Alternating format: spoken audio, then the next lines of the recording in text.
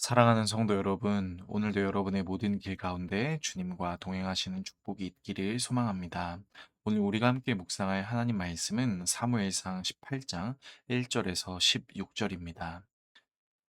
이제 다윗이 골리앗과의 싸움에서 승리하고 또 이스라엘 군대가 블레셋 사람들을 쳐부수고 나서 이제 군대가 돌아왔을 때 사람들이 축하하는 개선의 장면이 나타나는데요.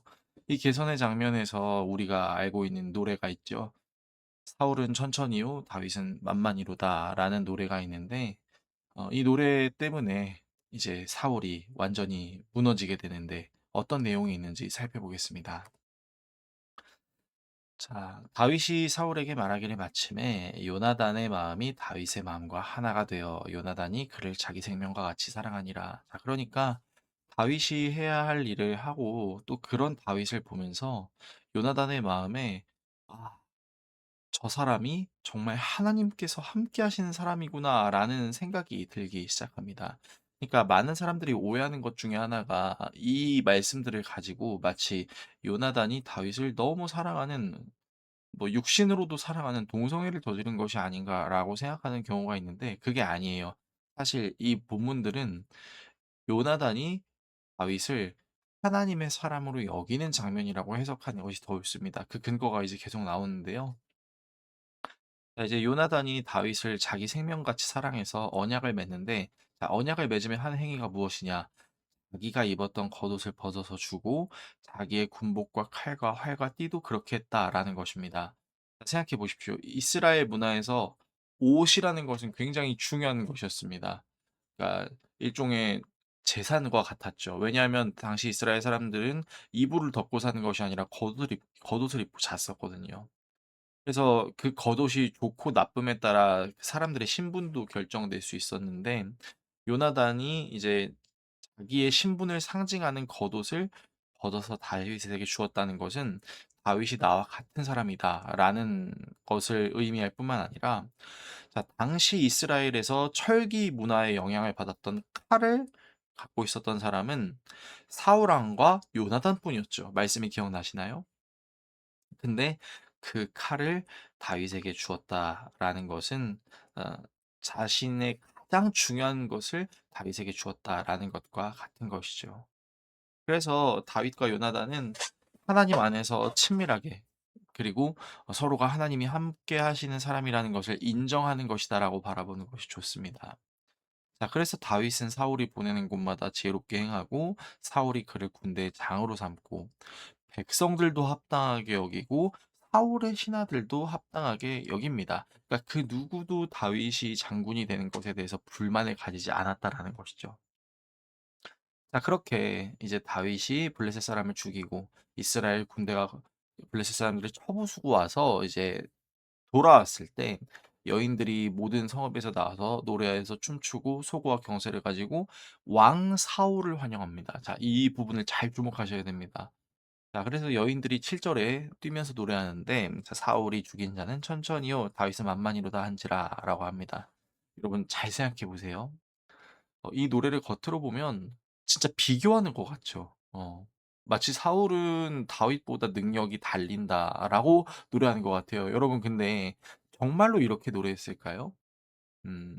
이 노래를 이렇게 부르면요. 이거는 반란을 합당화시키는 일종의 쿠데타를 정당화시키는 노래가 될 수 있습니다.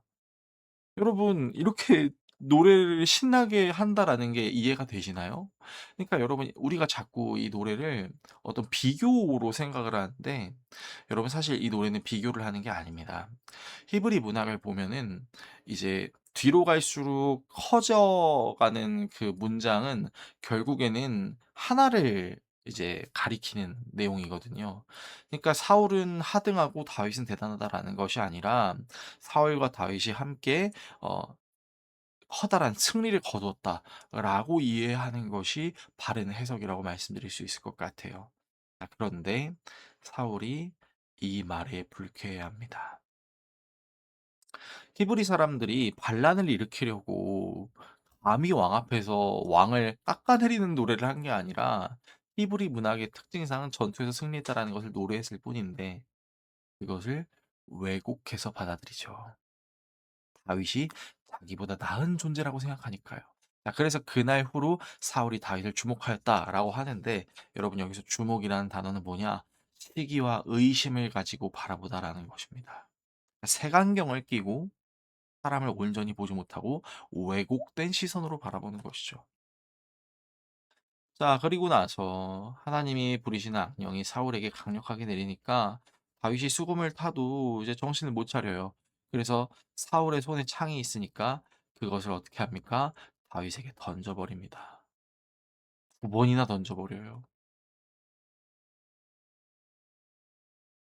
이제 사울은 하나님이 자신을 떠난 것을 확실하게 알게 되고, 다윗이 하나님과 함께 하시다는 것을 정확하게 알게 돼서 두려워하기 시작합니다.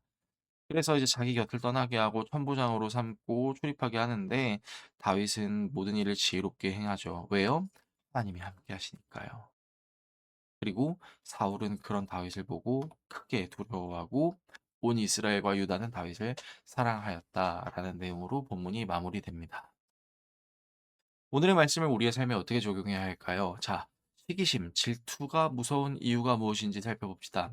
여인들이 뛰놀며 노래한 내용인 사울이 죽인 자는 천천히요, 다윗이 죽인 자는 만만이다는 하나가 다른 하나보다 더 위대하다고 비교하는 것이 아니라 큰 수를 나타내려는 히브리 문학의 특징이라는 것을 기억하십시오. 여러분 생각해 보세요. 정말로 이렇게 노래하는 건요, 이거 백성들이 반란을 일으키는 거예요. 쿠데타를 일으키는 거예요. 근데 성경이 뭐라고 나와 있습니까? 6 절에 끝부분을 잘 보세요. "왕 사울을 환영했다."라고 나와 있죠. 하지만 사울의 시기심은 히브리 문학의 특징을 왜곡하여 받아들입니다. 그의 시기심은 다윗과 함께 하시는 하나님을 보지 못하게 만들고 오히려 다윗을 의심하게 만들죠. 이 시기심은 하나님이 함께 하시는 다윗을 죽이려는 징후로 변질됩니다.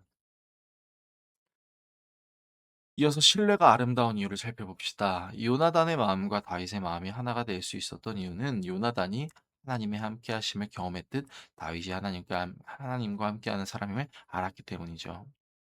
여러분, 그래서 하나님이 함께 하시는 사람은요, 하나님의 계명을 실천할 수 있습니다. 하나님의 마음을 다해 사랑하고 이웃을 내 자신과 같이 사랑하는 것을 말이죠. 그리고 바로 요나단이 다윗을 사랑했다는 것은 동성애를 저질렀다는 것이 아니라 하나님을 신뢰했다는 것과 같다라는 것을 우리가 기억해야 할 것입니다. 요나단의 신뢰는 자신의 아버지 사울과 자신만 가지고 있었던 칼을 다윗에게 줄 수 있게 만들죠. 모든 것을 주는 거예요. 이런 요나단의 모습은 훗날 자신의 모든 것을 인간에게 주시려는 예수님을 떠올리게 할 수 있는 것이죠. 우리도 질투심을 가지면 사람을 미워하는 것을 넘어 죽이려고 할 수 있습니다. 하지만 우리가 사람을 사랑할 수 있게 된다면 그것은 하나님의 계명을 실천하게 되는 것이고, 우리에게 그 하나님의 계명을 실천하셨던 예수님을 떠올리게 하는 은혜가 될 수 있을 것입니다. 이 사실을 기억하심으로 우리의 시선이 왜곡되지 않고 하나님의 말씀을 잘 실천할 수 있는 우리의 신앙이 될 수 있기를 예수 그리스도의 이름으로 축원합니다. 기도하겠습니다. 우리를 사랑하시는 하나님, 내게 없는 것을 가지고 있는 사람을 바라볼 때 그 사람에게 역사하시는 하나님을 바라보는 시선을 주셔서 시기하고 질투하지 않게 해 주십시오. 하나님을 사랑하고 이웃을 사랑하는 계명을 실천할 수 있도록 마음과 생각을 지켜 주십시오. 예수 그리스도의 이름으로 기도합니다. 아멘.